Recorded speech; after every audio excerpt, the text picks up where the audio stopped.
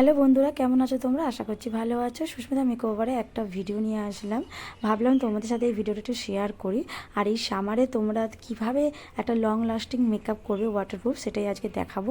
তো প্রথমে আমি এখানে একটা হিমালয় ওয়েট টিস্যু নিয়ে নিয়েছিলাম, আর সেটা দিয়ে ভালো করে ফেসটা ক্লিন করে নিয়েছি। তারপর যেটা করতে হবে, মোস্ট ইম্পর্টেন্ট একটা কাজ, সেটা হচ্ছে কি একটা বরফের টুকরো নিতে হবে, আর সেটাকে একটা সুতির কোনো কিছু দিয়ে সেটাকে ভালো করে ড্যাব ড্যাব করে লাগিয়ে নিতে হবে। এই ফেসটাকে ভালো করে আগে বরফ দিয়ে ঠান্ডা করে নিতে হবে। মেকআপের আগে এই পার্টটা কিন্তু খুবই ইম্পর্টেন্স, সে তুমি যেরকমই মেকআপ করো না কেন। তারপরে আমি নিয়ে নিয়েছিলাম এখানে প্লাম্পের একটা টোনার। এই টোনারটা খুবই ভালো, রিজনেবল প্রাইসের মধ্যেই আছে। তারপরে নিয়ে নিয়েছিলাম প্লাম্পের একটা মিস্ট।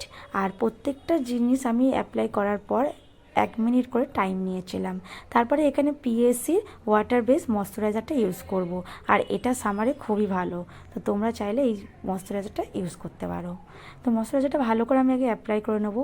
আর প্রত্যেকটা জিনিস আমি অ্যাপ্লাই করে 1 মিনিট ছাড়া ছাড়া তারপরেই কিন্তু আমি নেক্সট সিলসের এই সিরামটা খুবই ভালো। তো এরপর আমি সিলসের একটা সিরাম ইউজ করে নিচ্ছি, আর এটাকেও ভালো করে আমার ফেসে লাগিয়ে নেব।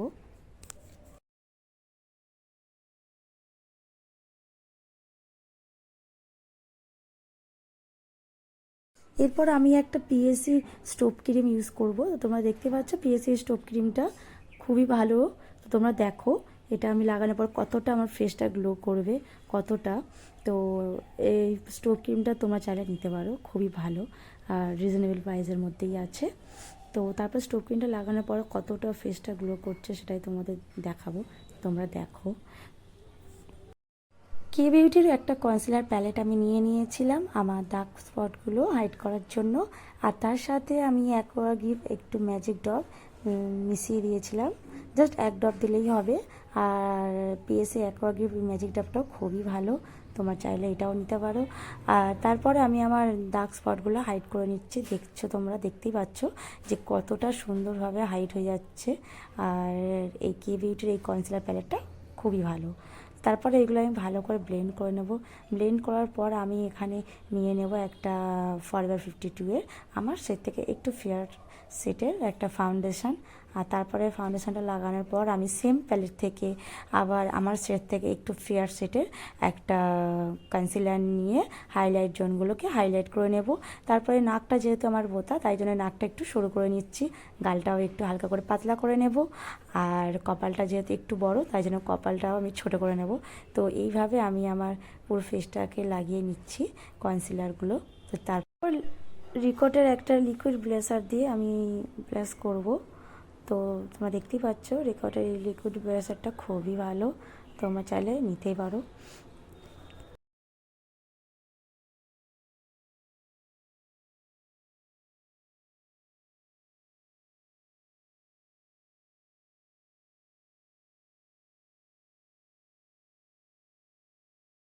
সবগুলো ভালো করে অ্যাপ্লাই করে নেওয়ার পর আমি এখানে প্যাকের একটা ট্রান্সলোশন পাউডার ইউজ করছি।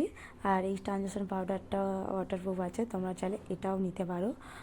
তারপরে আমি এখানে আমার আইয়ের নিচে একটু পাউডার ড্যাব ড্যাব করে লাগিয়ে দিয়েছি, কারণ আই মেকআপের সময় যদি ফল আউট হয় তার জন্য। এরপর আমি আমার আইব্রোটা একটু সেট করে নিচ্ছি, হালকা একটা brown colour eye shadow palette থেকে একটা ব্রাউন কালারের আই শ্যাডো নিয়ে। তো আইব্রোটা সেট করে নেওয়ার পর এরপর আমি আমার সেটার একটু ফেয়ার কালার একটু কনসিলার নিয়ে আমি ভালো করে আইব্রোর নিচেটা স্মাচ করে নিলাম। আর তারপরে আমি এখানে আই মেকআপটা স্টার্ট করে দেব। আর এখানে প্রথমে আমি একটা নোট কালার নিয়েছিলাম, তো তোমাদেরকে দেখাচ্ছি যে আমি কী কালার নিয়ে আজকে আমি আমার আই মেকআপটা কমপ্লিট করব। তোমরা পুরো আই মেকআপটা দেখতে থাকো।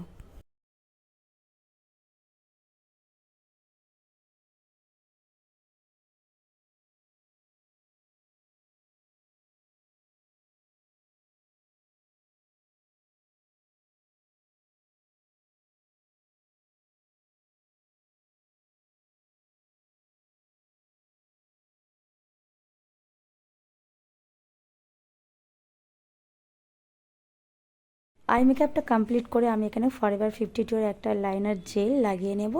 আর তার সাথে আই ম্যাজিকের একটা আইল্যাশ প্যালেট থেকে একটা আইল্যাশ নিয়ে পরে নেব। আর তারপরে একটু ব্লাশার করে নেব, আর একটা হুজের একটা হাইলাইটার লাগিয়ে নেব। তো এই যে ছিল আমার ফুল লুক। আর বাদবাকি লাস্টেরটা আমি তোমাদের দেখাতে পারিনি।